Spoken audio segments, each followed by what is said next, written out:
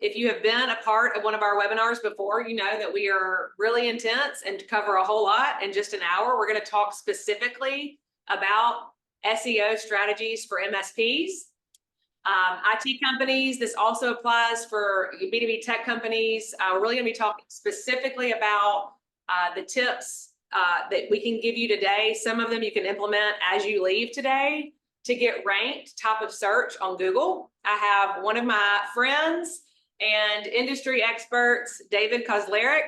He is a partner of ours that we at the Business Growers use to help make sure that our clients are utilizing the best strategies and the most innovative techniques for SEO. So David, thank you for being here today with me. I want to kind of take a couple of seconds. I know people are joining, and David, I'd love for you to introduce yourself here in just 1 second, but I do want to get a quick lay of the land. If you can just type in the chat on a 1 to 10 scale, how much you feel like you know about SEO and how you can apply it in your business. Give me a 1 if you feel not confident at all in what SEO is and what it can do for your business, and give me a 10 if you feel pretty confident anywhere in between. I want to kind of see where you are on a 1 to 10 scale.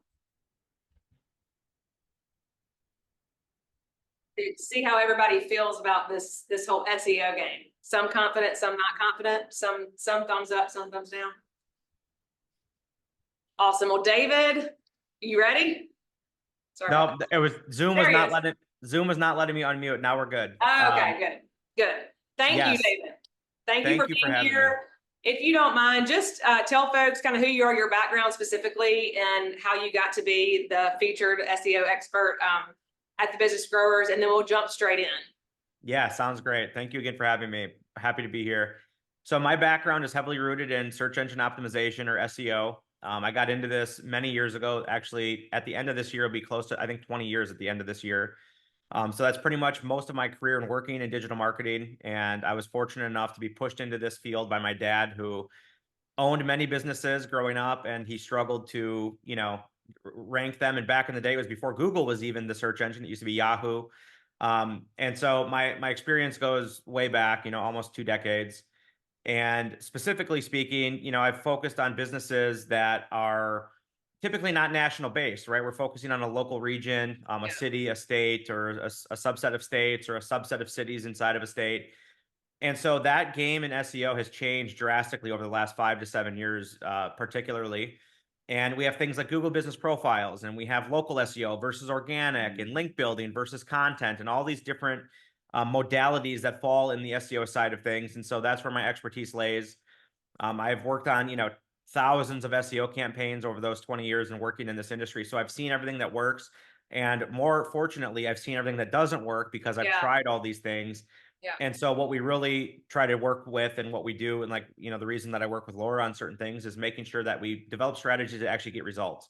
Yeah. Because SEO is kind of known as this voodoo industry, where it's the dark arts, if you will, and nobody understands it. Nobody knows what's going on. And so what we're going to attempt to do today is really bring some clarity to it and boil it down to some very practical and functional things that will help move an MSP business forward, with the right SEO strategy. So I'm excited to be here. Well, my favorite thing was that you said you've been doing this for 20 years. And a lot of people, I'm glad that you mentioned Yahoo, because I'm like, was Google even a thing 20 years ago? I don't know, but I bet, I'm going to go ahead and take a guess. David, were you on MySpace 20 years ago? I was. Okay, David was on MySpace. I want to know who else in the room. I want you to give me a thumbs up in the chat if you were on MySpace 20 years ago, because I was. And I really worked hard to pick the right MySpace song. I know that MySpace and Google search are 2 totally different things.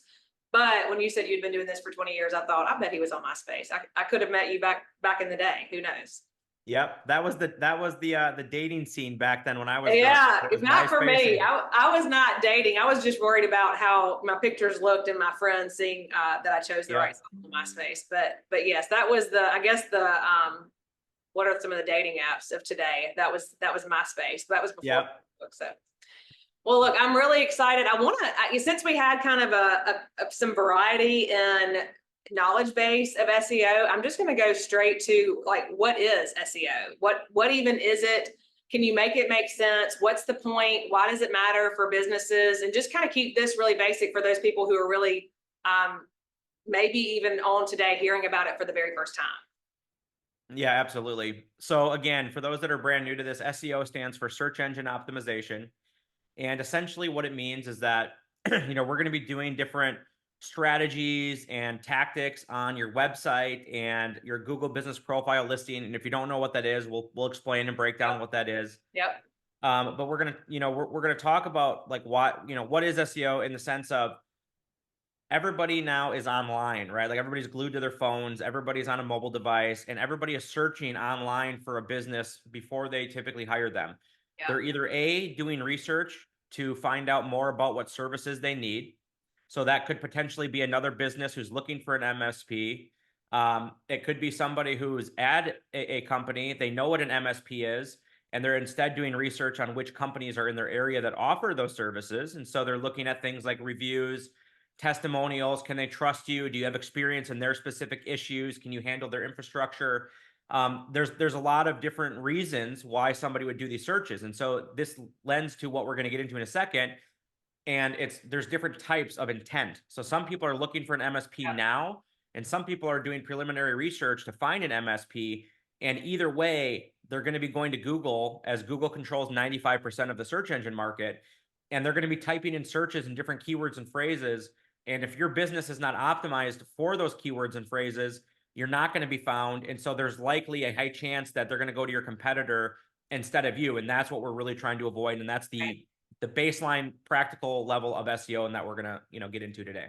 Right. And I love a lot of conversations I'm having with my clients is just that comparison between SEO and ads. And I just like to, I don't know if this is the best way to describe it, but I do like to make sure that people understand, it's a bit of a tortoise and hare scenario. Not that SEO necessarily takes a long time, because it's not always the case, for sure. But it is that baseline, 100% guaranteed digital health. So making sure that your digital health is up to par, making sure that you're findable. I always say, like, I don't have time. I don't know about you guys. I don't have time to go to the second page or the third page of Google to find what I'm looking for. I'm going to find whatever's right in front of me. And I'm pretty sure in this day and age where it is, I want it, I see it, I buy it. That's kind of our mentality nowadays. We want to make sure that we're able to position ourselves in a place where the people who are looking for us can find us. So from an SEO and ad standpoint, we'll do a whole nother webinar specifically on ads and why that makes sense in conjunction with SEO. But today we're strictly talking about organic search and what you can do. Some things you can do today, some things you'll have to potentially outsource, but what those things are to get you ranked top of search. So we're going to talk specifically about SEO today, but I really feel like we could talk for a long time, but there are 3 key things that we're going to talk about today. One is finding the right SEO strategy. It doesn't look the same for everybody, but there are some things that are, guarantees that we need to do first and foremost from a strategy standpoint. So we're going to talk about that today, what those things are. And then we're going to talk about executing the strategy, what you can do in-house, what you might not be able to do in-house unless you have a lot of time and resources to dedicate to learning about this. That's where David and I come in, of course. And then getting ROI out of SEO. I mean, this is a huge conversation because you want to certainly connect the dots to the work that you're doing with SEO and getting somebody to buy something, whether it's on your site or call you and have a conversation and get that new revenue and new lead closed for your business. So those are the 3 things we're going to talk about. Finding the right strategy, executing on that strategy, and then making sure you're actually getting ROI out of SEO. And I don't know, David, what you think about this, but I have a lot of people who tell me, oh, I'm already doing SEO. And, I do an audit, I look at some things, and I believe that anyone can say they do SEO and go change a couple of keywords on your website and call it SEO and say they do SEO. I think it's really important for, people in this industry to understand that there's a big difference between a quality, SEO strategy and campaigns around the right keywords and the right things to make sure you are getting that ROI. So there's a big difference between doing SEO and doing SEO well, in my opinion. Yeah, 100%. And just to kind of, add an analysis on that and a way to compare this is like, I just had a new furnace put in last year in my house. And I thought that the company I hired was, knew what they were doing. Well, now we're having issues a year later, and I had a different company come in who's bigger and kind of more reputable, and of course Yep. more expensive. And they told me that they put the wrong furnace in, and they gave me a whole bunch of reasons why. And when they explained it to me, it made sense. But back when they were putting the original furnace in a year ago, which I paid, thousands for, I thought they were doing the right thing, right? Because you're just Right. trusting what they're doing. But it's really hard for you to vet the strategy that somebody's offering to you unless you're deep in and know what's going on in that. And Right. so that's what we're going to kind of dispel today, Yeah. because the wrong strategy yes, you may have somebody doing SEO, but it doesn't mean you're doing it right, right? Right. It's like there's certain codes and there's certain things you got to follow to make sure that we are building something to code, if you will. Right. And a lot of times people don't do that because they're not up to date on the current standards. And, there's unfortunately just a Right. lot of snake oil in the digital marketing space. Right. And that's what we're trying to really kind of wade through. That's right. That's why I keep lock and step with you, David. I want to make sure that I know everything that you know. So we're, like I said, we're going to talk about finding the right SEO strategy for your business. And one of the things we're going to cover off on here, I want David, you to speak on dominating local search and understanding the significance of local SEO, map packs, some things like that. But I want to specifically just lead with the people on this call, the people listening to this webinar are, more than likely businesses serving other businesses. And that's a different ball game than someone looking for a hair salon, someone looking for a plumber.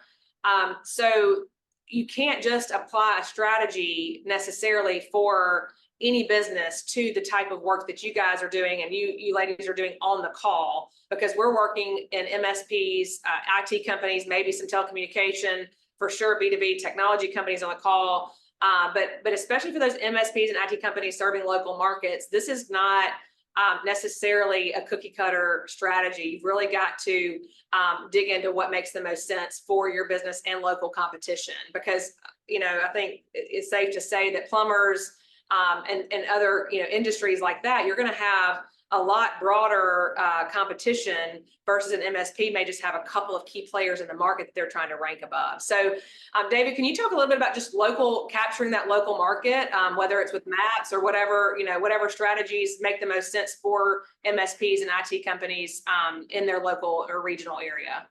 Yeah, absolutely. So I think, there's a couple things here that are going to stand out when we kind of dig into this. So what you see in here is a screenshot of a normal Google local search result. And the top part here, which, that we've labeled local pack results, is the map pack.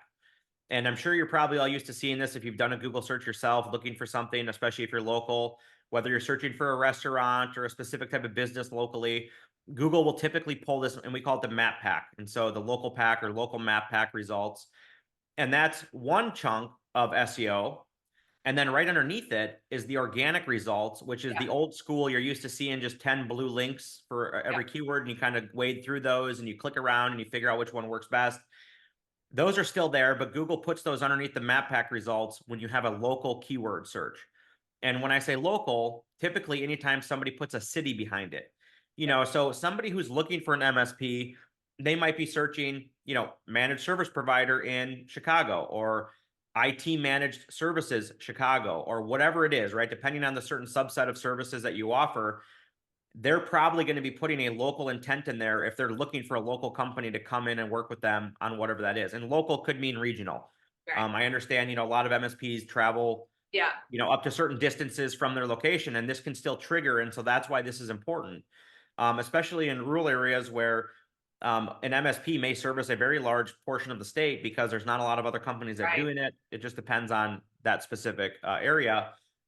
But that map pack is super important. And I can tell you that when I look at and audit 95, 98% of accounts for MSPs and IT managed service companies, they're never usually optimized properly for the maps because it's a relatively newer part of the algorithm. And when I say relatively newer, they've had this for multiple years, but it doesn't go back 20 years to the original algorithms like we're used to seeing with the blue links. Right. So I'd be interested right now if anybody on the call can tell me how far you, as an MSP or IT company, how far are you willing to drive to serve your clients in hours? So not miles, but just tell me in hours of travel, or you can put miles, whatever makes the most sense to you. It depends on how fast you drive. So I guess hours maybe isn't the best measure, but how far are you willing to travel to serve your clients. We do have some companies who have very specific product sets and can do it remotely from anywhere. So that is certainly a factor, but would love to see, we got some stuff coming in the chat.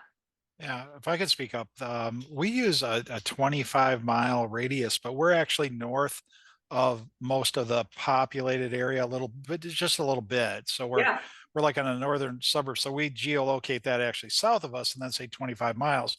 However, we have accounts outside of that. It just yeah, simply is a guideline. yeah, yeah. That's good. Thank you.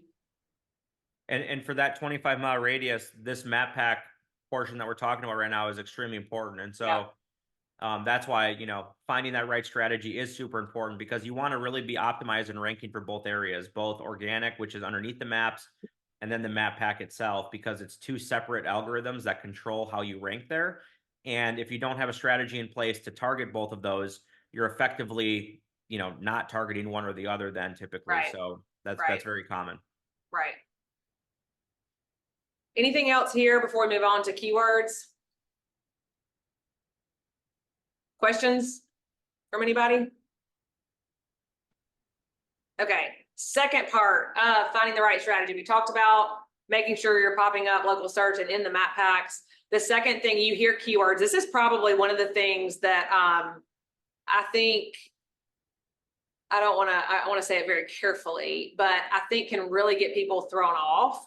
I have a lot of, the best thing, I'll go back and say it this way. The best thing about finding the right SEO strategy as it relates to keywords is that, we have the ability today to go figure out what keywords, you may have keywords in mind, but that we need to look at the data. So making sure that we're using data-driven strategies to make sure that you have the right keyword strategy in place.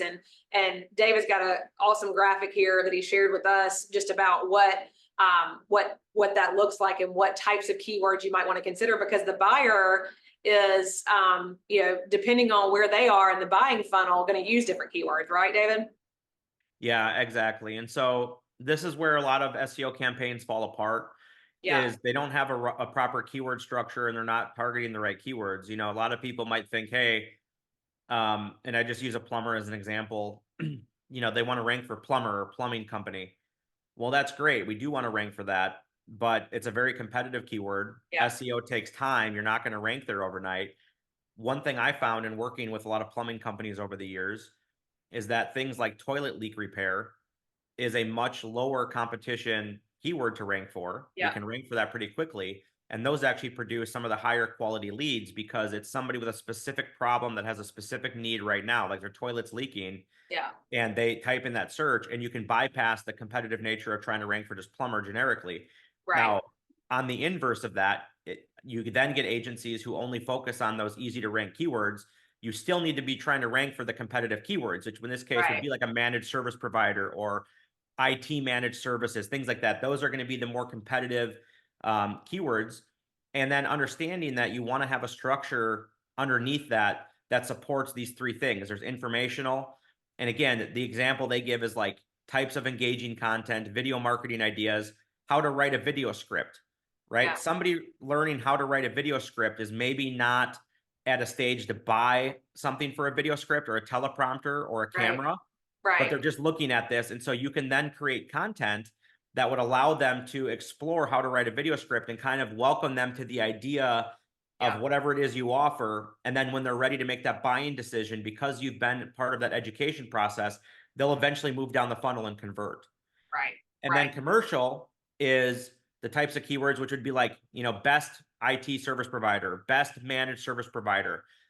And that's somebody who's certain that they want to hire a managed service provider, but now they're comparing you and maybe doing research on why to use you over your competitors. yeah, So it has commercial intent. They're clear that they want to hire a managed service provider, most likely, but they're not sure which one, and they're maybe not in the time frame of buying or of hiring one in the next week, but it might be in the next 6 months, right? Like they're starting to prep for this idea of potentially using an MSP. yeah. And then you have transactional, which is like, I need a plumber now. I need an MSP now. Server crashed, server down. Yeah, exactly. Exactly. And Yeah, these types of keywords are what we call transactional, meaning they're searching for you and willing to hire you right now. And so we need to have a presence to get in front of them and then for them to find you. And then the content should speak to their needs, complaints, issues, whatever it is, the value it provides. And then they'll become a lead, and then they can start, going through that sales process of being converted into a sale. So Yeah. I love most, that. yeah, most SEO strategies do not have these different types of components to the keywords, and it Right. shows when I do these audits. And so it's just important to break it down so you understand the thought process behind it, and understanding which ones are going to drive actual sales and lead Right. volume as opposed to which ones may drive traffic that will eventually feed that sales and lead volume. But again, these all are kind of they're integrated and they're tied together. Right. And for those of you on the call who are clients of mine or who I've talked to about, being a client of ours, just know, like, when we do SEO audits or when we look at your website and look at your digital health, we're looking at all of these things. And then we're also looking at, kind of secondarily, what happens once they get to your site from one of these keywords, making sure that the journey at that point is not, if they're coming in with some of those hot keywords, we want to make sure that the follow-up and the journey for them and what happens after they've made the decision to make that click and get to you, we want to make sure that that is tight. So, the last thing you want is somebody, coming in hot, ready to make a purchase decision on your website, and then they can't figure out what they need to do next. Or, they fill out a lead form and then they don't hear from you because you're on the road for the next 4 weeks, fixing issues, and there's not an automation set up to make sure that they get someone in touch with them. So, it is two-part in a way. This is obviously that, that keyword funnel is a really important part of it. And then secondarily, you've got what happens once they have found you that we don't want to lose. I can all day long tell you, okay, we can look at these different keywords, come up with a good strategy and figure out how to get you ranked for these. But then the last thing, we need is for a site that's not going to convert. So there's a secondary, really important part of this that goes hand in hand. Yeah. Okay, give me a thumbs up in the comments if you've ever heard of on-page and off-page, both of those things. Off-page and on-page SEO, I think it's a pretty common buzzword, but I want to kind of understand what, for those of you who have heard it or never heard it. Thumbs up if you've heard it before. You got any thumbs up? Grace, getting some thumbs up. Okay, so on-page versus off-page. Again, this goes back to what I was saying earlier, where you can certainly have a conversation with a marketer or someone in the industry who says, oh yeah, we do SEO. There are, from a strategic standpoint, really important things that we need to be doing both on page, which is on your website, and then off page, which we'll talk about a little bit more in depth. But David, can you just address kind of the distinction between the two and why both are important for a really solid SEO strategy? Yeah, absolutely. So, Google looks at multiple things when they decide which websites to rank for what keywords and different terms and things like that. And so the on page is factors that we can control down to the T. Like, it doesn't matter whatever it is. Like, we can control what content is on the website. We can control how it's optimized. And Google looks at that. So Googlebot comes out and they crawl your website and they look at all the code and they look at all the pieces on there and they try to determine what this page is about. And that's the on-page SEO. So that's the things that we like, what keywords are on the page will determine what keywords Google is going to try to rank your website for. What keyword densities and ratios you have is a factor. What title tags are set on each page can determine and influence, where a page is ranking. And so this is like things like content marketing, keywords, images on the page, how fast that page loads. These are all different elements of an on-page factor and optimization, meaning things on your specific website. So if these are things that are easy to control and optimize and get in the best foot forward position for Google. The off page is where a lot of these companies fall apart because they don't have solid strategies in place to handle the off page side of things. And when we say off page, what that means is things not actually on the website. So other websites, for example, linking to your website is called link building. Yeah. And the reason this is important is because when Google crawls the entire internet and they see that, let's say you have an MSP in Chicago and they have 500 other websites pointing back to their website, and then there's a competitor of theirs who only has 50 websites pointing back to their website, they're going to look at your site and say, wow, you have 10 to 1, the ratio of links pointing to your website as opposed to your competitors. there's a high chance that your website is going to rank higher because you have a lot more links. Yeah. What that does in layman's terms is give you a higher authority in the eyes of Google and the algorithms, because it's very difficult to fake good quality links from other sources that are linking back to your website. And so it's very difficult for an agency typically to have a good link building program in place, because it's a lot of work. It takes a lot of pieces, a lot of people and resources. And that's something that, Laura, the Business Growers, has figured out. And that's a core component to why her campaigns get results as opposed to a lot that don't. You can come in there and you can do all the on-page optimizations till you're blue in the face. And if you don't have a good off-page structure and you're doing the things to satisfy Google on the off-page, meaning, are we writing good content that goes out on other websites that links back to your website with, contextually relevant content? Are we getting high authority links? Are we getting the right types of links that Google likes to see? Are you mentioned on social media, for example? Other factors of off-page are, do you get a good click-through rate? If you have a Google business profile listing, are you getting new reviews? Are you getting people that do direction requests? All of these things are off-page factors that are considered user signals that Google ties in to determine who to rank and where. And so it gets very complex, and we want to keep this simple. Yeah. But in layman's terms, off-page typically refers to like link building and things that are going to happen not on your website, but on somebody else's website that link back. Yeah, that's good. And I think that, again, not to overwhelm. If you're overwhelmed, give me a 10 in the chat. This overwhelms you.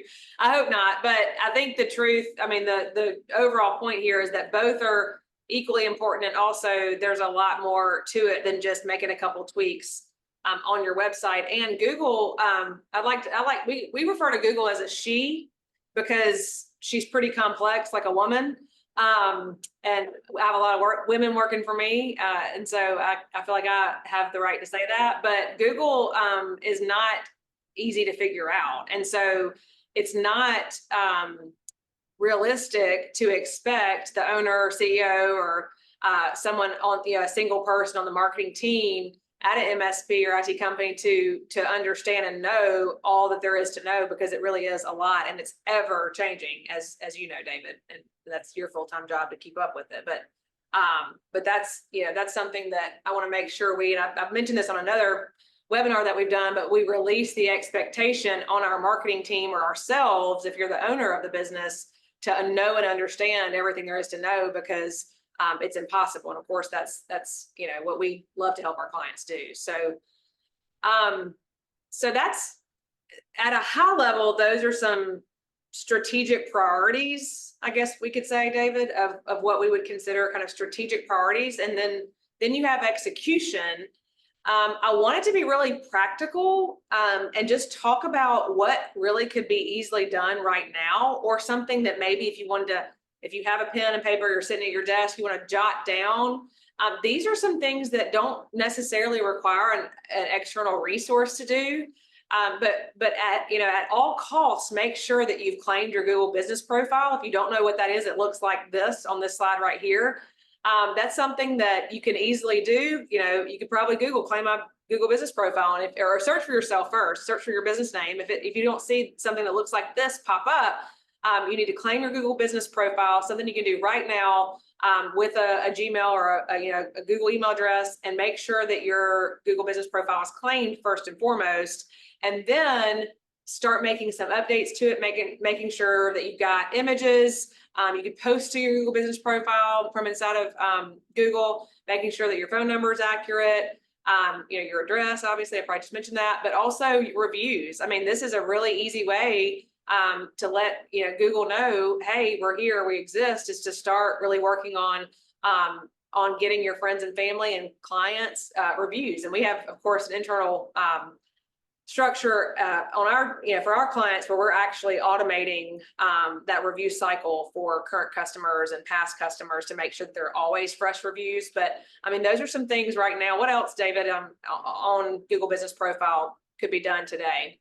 Yeah. So once you claim it, one thing that's really important to do is, as Laura just said, getting reviews is really important. So where can you start with that? Well, first off, you can leave a review yourself from your personal, Google profile, Google account. You can ask your employees and family members to leave reviews. That will give you a nice jump start. And then, just make it a habit to start asking customers when they're happy, Like if you go into a business and you fix a down network or a server crash or whatever it is, when you fix that, they're going to be ecstatic to leave you a review. But That's the time to ask. are you Yeah. asking them? Probably not. You know, that typically Yeah. is forgotten. So getting reviews is one huge strategy. Another strategy is making sure you have the right category selected. So when you claim the Google Business Profile, Google will ask you what categories you want to appear in, making sure that you're appearing in the right categories. And if you're ever unsure, go to Google, type in managed service provider in your city or whoever or whatever search term you're wanting to look up and see who's ranking at the top. Typically, Yeah. the top 3 ranking will all use the same category. And then you can see what kind of categories you should also be putting in there.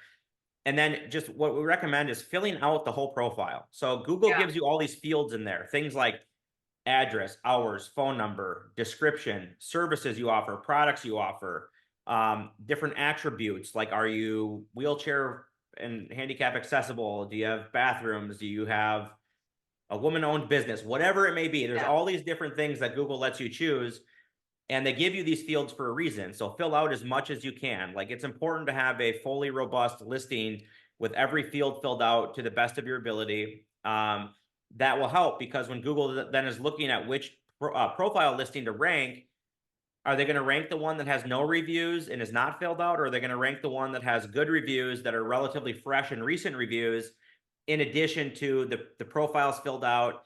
Another big portion here is the images. Yeah. So we're a very visual society now. Everybody's glued to their phone. I have a 20-year-old daughter.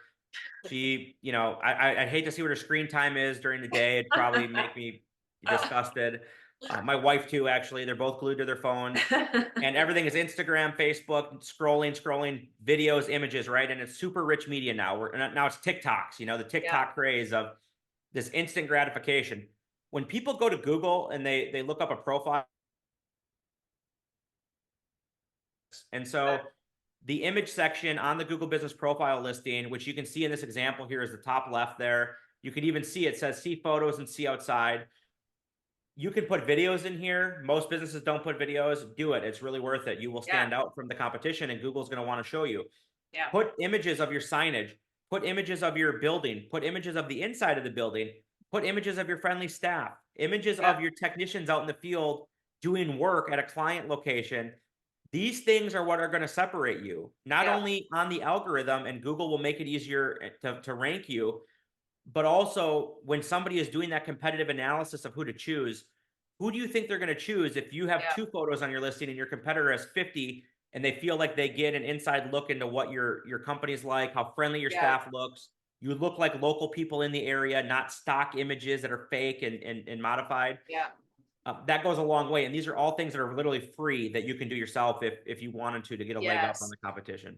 And I think we underestimate sometimes. I always encourage our clients, you know, it does seem a bit overwhelming to think, okay, where am I going to go get these videos? Where am I going to go get these pictures? You know, one of the best tactics that I've used with our clients is a little either cash money, gift cards, a little incentive goes a long way with your employees. And we've done contests before, Google review contests. So we've given everyone unique links that we can track and have everyone in the company go get, you know, their family members, their friends, to get reviews. And we're able to track who clicks on their links based on the, you know, unique URL. And do the same with images, with videos, with pictures in the field. If it seems like that's a lot of work for you to have to do yourself, get your team involved and incentivize them to get you some material so that you can make your Google Business Profile stand out. Yeah. Just a little insider tip. Yeah. One quick, easy add on there. And I got this from this HVAC company that came in last year at my house. Mind you, I live in Wisconsin. It was 30 or 40 below outside with the wind chill. Furnace goes out. You know, I don't want my 7-year-old to freeze to death, and my wife and everything else, all our pets, right? So we have to do this. They said, hey, if you leave me a review right now, like they were done, and I was just paying the bill. I was giving him my credit card. He said, by the way, if you're willing to leave us a review right now, I can take $25 off the bill. And well, why not? And he just flips the iPad over. He flips the iPad over, hits a button. Amazing. I log in real quick and leave a review. They take 25 off the bill immediately. And it's a little incentive for me. But I'm so happy because my furnace is fixed. The heat's kicked on. I know my kids aren't going to freeze to death and die. And now I'm Perfect time willing to to leave a ask. review. So Absolutely. I yeah, like working it into, depending on what ticketing system you have, at your company. I always like to work it into either an email signature or also a satisfied customer ticketing system. If we know they rated us with a thumbs up, we have ways to do that as well. So there are ways that we can automate it too. I love that. Just right after somebody has a good experience with you, make sure that they get that in their hands. That can be set up with automation. That can be set up on site. So many ways that we can do this so that it's not quite such a heavy lift on one person. So absolutely. this one, I say this can be done really easily. We have a question. Okay, we have a question. Yes. Okay. David, can you read that question out loud? Because I actually am not looking at the screen. I'm just looking at the camera. You see a question? So we had a question. First question was, how important are Google reviews to ranking in the local map pack? I think we kind of covered that a little bit. Super important. Yeah. Because they want fresh and relevant reviews from real people, and Google's Yeah. really good at understanding if it's a fake review or if it's real, 100%. because they have the history of the account. So leave good, fresh, real reviews, and that will help your rankings for sure. Yeah. The next question is, our services are offered in many different states, but our Google My Business page doesn't always appear in our service locations. How can we fix this? Mhm. Okay, so it depends on how your listing is optimized. So you can set up service areas underneath a Google Business Profile listing. So you can say, hey, our primary location is Chicago. And then, like, in Chicago, there's a million little suburbs that make up Chicago, these little areas that all have 100, 200,000 people in them. You can say, hey, we service these 8 other areas, and then that will be listed under a service area, which will help Google have that profile listing rank in those other areas. Doesn't mean you're guaranteed to, but that's a quick little optimization tip that can help with that. Yeah. The other thing that can really help with this, and this is going to get it's going to seem complicated, but your website having location pages and service area pages for all those other locations you target, linking those to your Google Business Profile listing, Google uses the data on the website to help bolster where they rank you in the map pack. And so the more that they can understand about the areas you service with actual content and things, that will help. So those are 2 kind of quick things. And I think we haven't really talked about pages for different locations that you serve, but that's one area that surprisingly I do get some questions about from clients. Like, well, we don't really have a whole lot of customers down there, so we don't really, I don't know that I'd say that we're in that area. I'm like, do you want to be in that area? If you want to be in that area, then we need you a local page on that area. So make sure that that you trust your marketing team when it comes to building new pages on your site. You definitely want to make sure that it's all under the umbrella of getting you ranked specifically in these locations. So I also just thought about this, David, and I want to address it because I do hear this a lot: bad reviews, negative reviews, especially from those bots or people who aren't potentially aren't real humans that are giving you bad reviews. That happens. And you may have a different opinion. I always say respond to first of all, good or bad, respond. We do this for our clients, but respond to the reviews no matter what. I am certainly of the opinion that if someone leaves you a negative review and you've never done business with them before, you need to say, we've never done business before. Because I don't know if you guys do this, but when I'm looking at reviews, I'm looking at reviews and responses. And that's a really good way to build credibility for you. If you're getting those negative reviews that are bots or not real, we want to make sure we address that head on. Yeah, and I agree with that. And I think just to add on to that, like in the healthcare space, again, I've worked in a lot of industries, so I see kind of all the different things and what kind of sections we can run into and issues from different industries. In the healthcare space, for example, this is really common, and these bots leave reviews. And I see all the time these business owners, which is usually the doctor themselves, going on there and replying and saying, hey, I looked in our system, you've never been a patient here. Yeah. But the fact that they respond to that bot and let people know, when somebody sees that negative review and they see that there's a prompt response from the owner of the practice saying, you've never even been a patient here, they don't really give any weight or credence to that review. Exactly. And so I think responding is always good.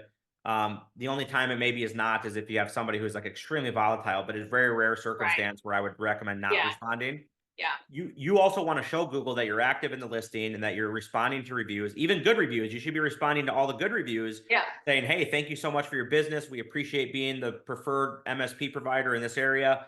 Anything you need, call us. We're happy to help, etc. And that shows people that are doing research and due diligence on which company to hire, who they can trust, who's responsive, who's going to take care of them. And that goes a long way.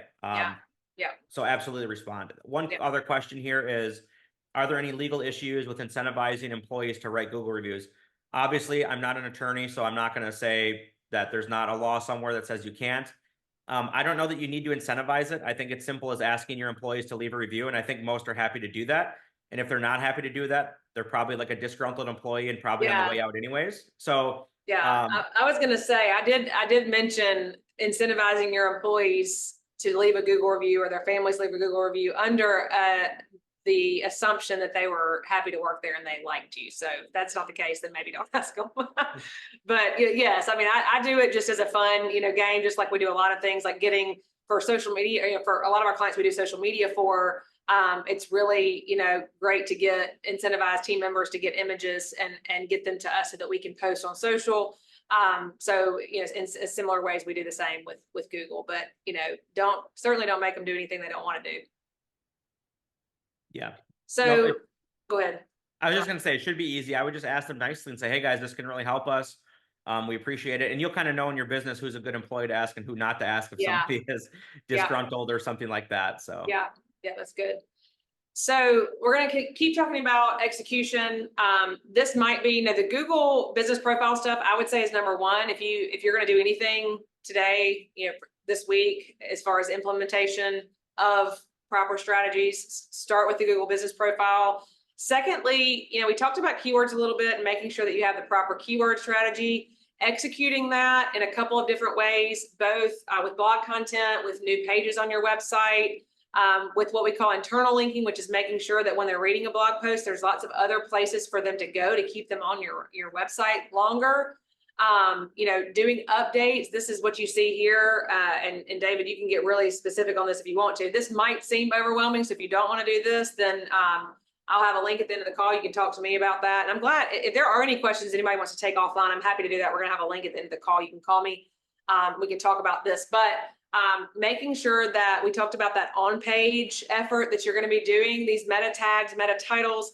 This is all a part of that, and those things that David was just mentioning that Google does take into consideration and recognize. So getting appropriate keyword appropriate content on your website is something that you could start doing. I do want to make sure we talk about here, and David, I'd love your input, writing random blog posts based on whatever you're feeling that day or thinking that day, and putting it on your website can at times do just as much damage as it can good, especially if you're really trying to get a dialed in keyword approach that makes sense for your business. So I want to make sure for those people who do just write blogs kind of off the cuff, that can be just as dangerous as it is helpful.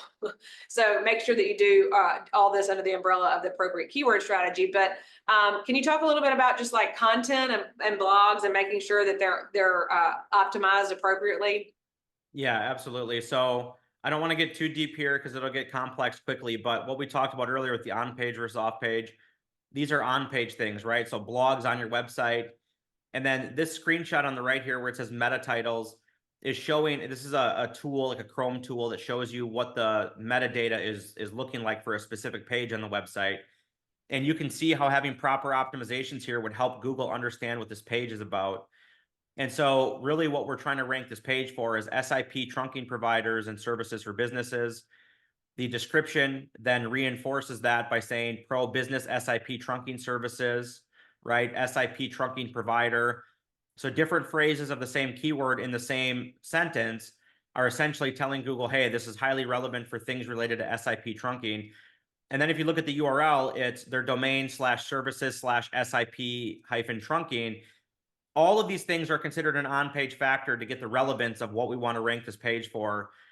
And then on the left-hand side, you'll see the blog there in the middle, top middle. It says SIP trunking services versus traditional phone lines.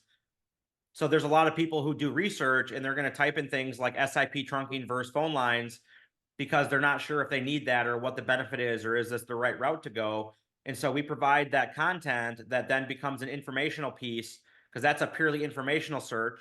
And at the end of that, they should be hopefully, persuaded that SIP trunking services are what they're looking for, or not. If that's the case, it might be definitive that they're not. And then they can proceed to the next step in the funnel and they say, oh, wow, Ahoy Telecom has essentially educated me on this. So when I need this, I'm going to view them as the expert. And now they're ready to, engage and interact on the next level.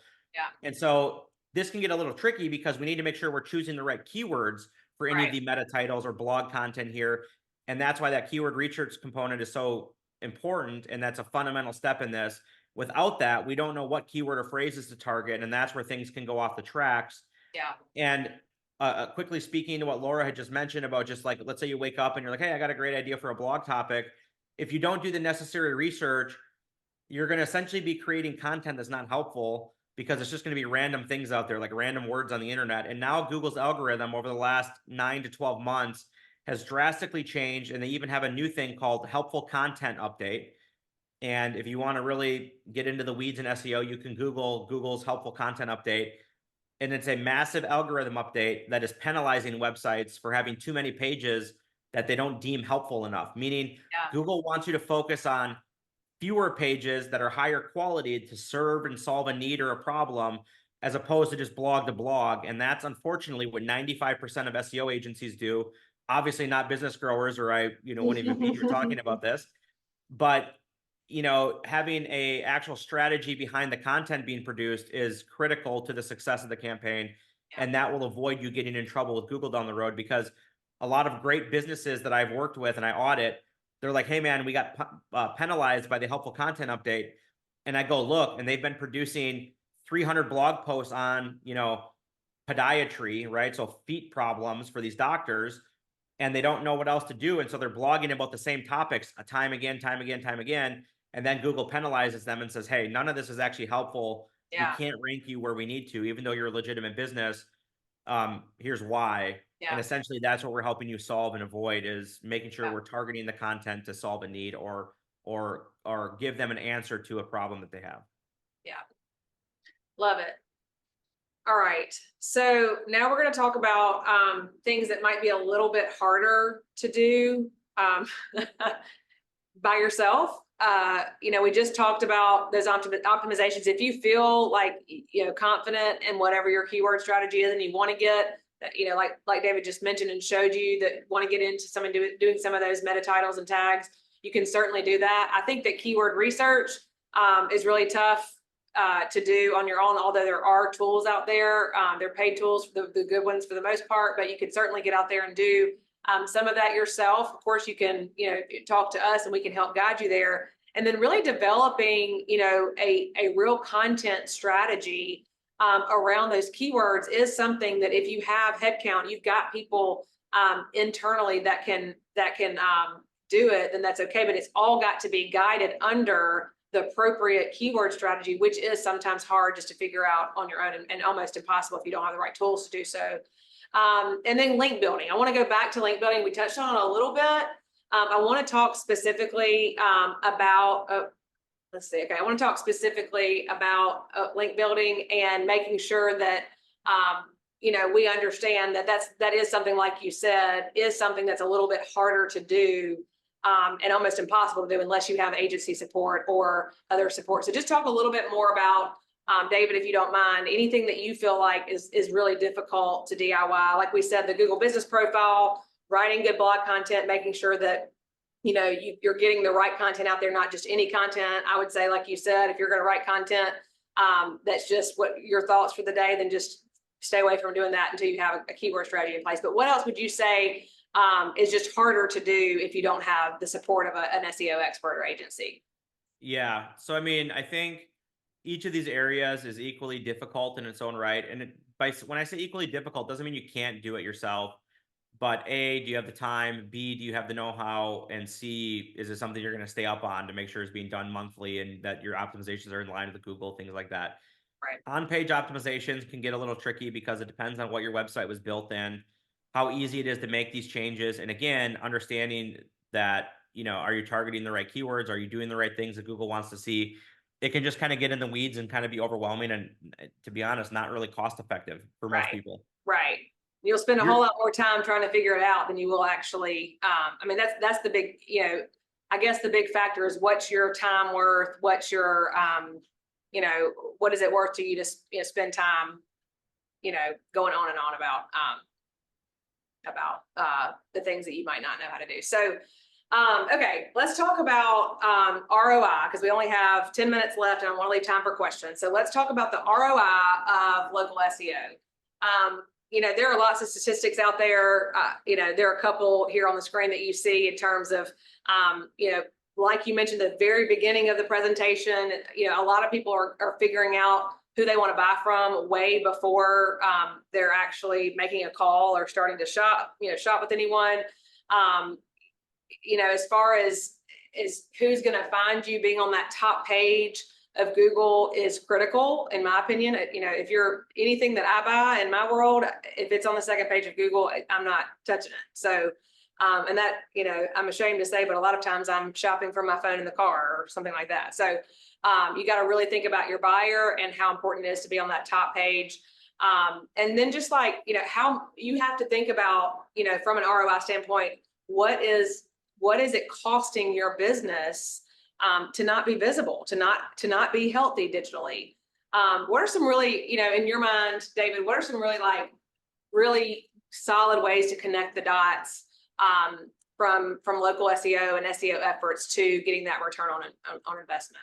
Yeah, so it is a tricky subject, but here's what we typically do at a high level and what we recommend. So there's a lot of KPIs and metrics that we use to gauge the success of an SEO campaign. Things like keyword rankings. How well do you rank? How about your map rankings? How well does your map listing rank for certain keywords in your city and area?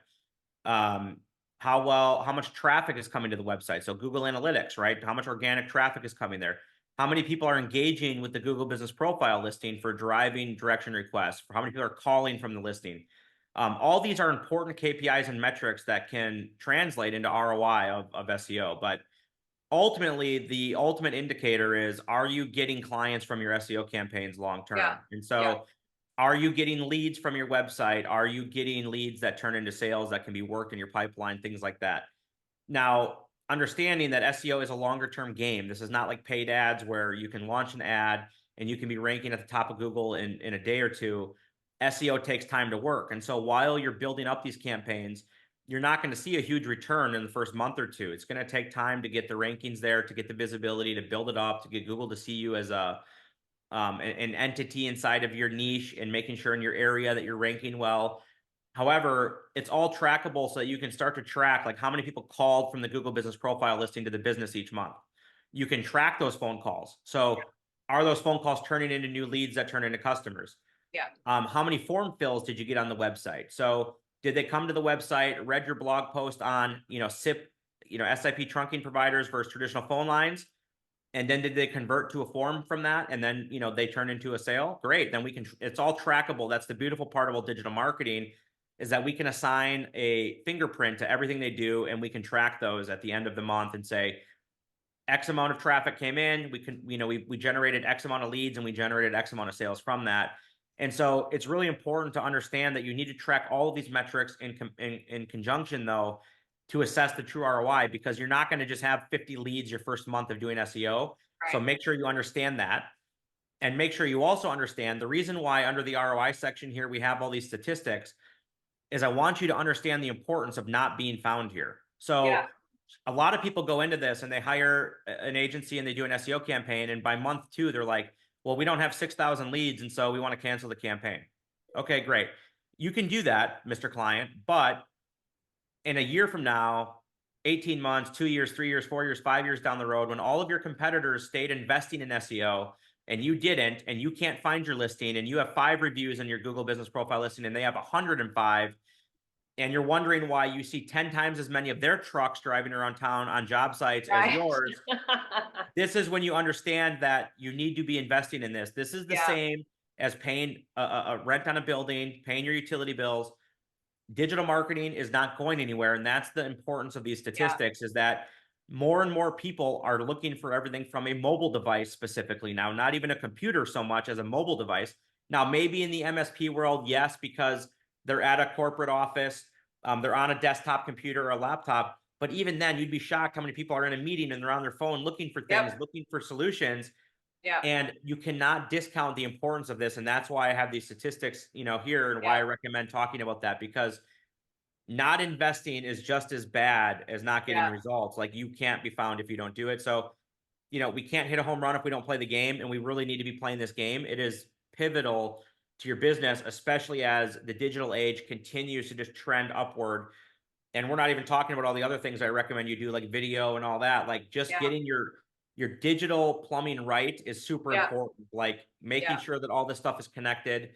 And so that's kind of where I would kind I of love that. Yeah. And I leave the think ROI. it's really easy in our, you know, in our personal lives to know, like after a period of time, if, you know, we walk up some steps and we can't breathe or having trouble breathing, or, you know, we've got a little extra around the mid waist and the pants don't fit anymore. You know, we it's not really hard for us to connect the dots as to how we got there, because we know what things have looked like for the last 6 months to the, you know, to a year in our personal lives. But sometimes when it comes to your business, you know, you don't really understand how we got here. And it's the same exact thing. If you're not making that investment of diet and exercise in your personal life, you're not making that investment in these, you know, the keyword campaigns, the right strategies, then you're not going to get there. So thank you, David. So we talked about the path to success.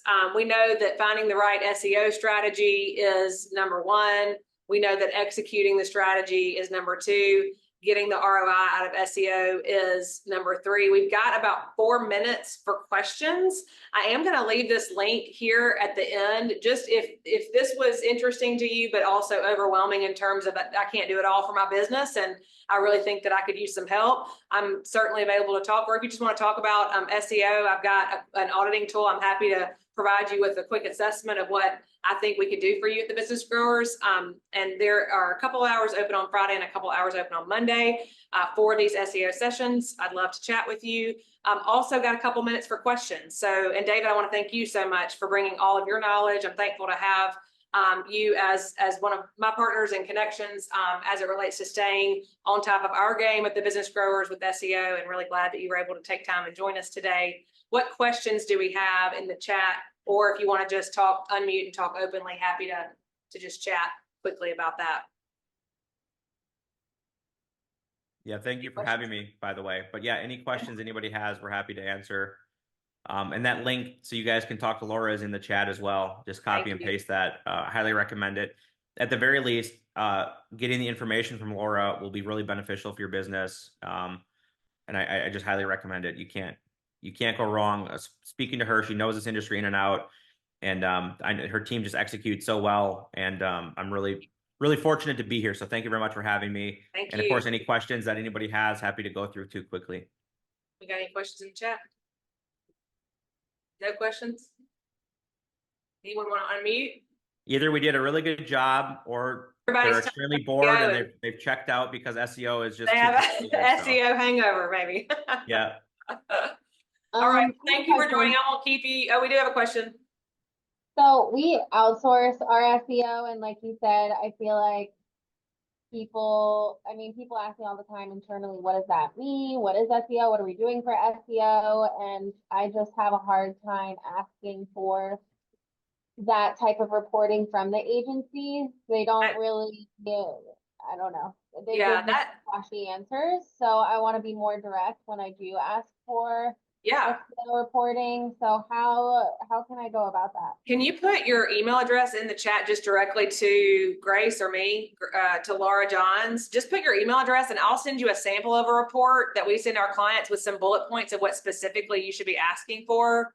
Obviously, just a few minutes ago, we were talking about ROI. You heard him say, like, how many calls, how many form fills. And we show our clients every month how many calls, how many form fills, you know, what happened, what came into their website, and then also the keyword rankings list. So we are, you know, always tracking what keywords we're shooting for, and we're showing them, like, for example, you went from position 110 on Google to position 4 in a matter of 30 days for this keyword. There are a lot of other things too. So I can send you just a sample of a client report. And we do it once a month minimum for our clients. So we're showing them, and then we're also, you know, explaining strategy also to them as well. Yeah, that would be great. Thank you. I just put my email in the chat. Absolutely. Anybody else? That was a good question. Great question. All right. Thank you so much for joining. Of course, my link is here. Let me know if you want to have a chat, but otherwise, thank you for joining today. I hope that this was helpful. If you are an MSP or IT company that is interested in moving the needle in your business, SEO is a great way to do it. We appreciate you being on the call. And if you want to learn more about the business growers, you can go to thebusinessgrowers.com. Thanks so much.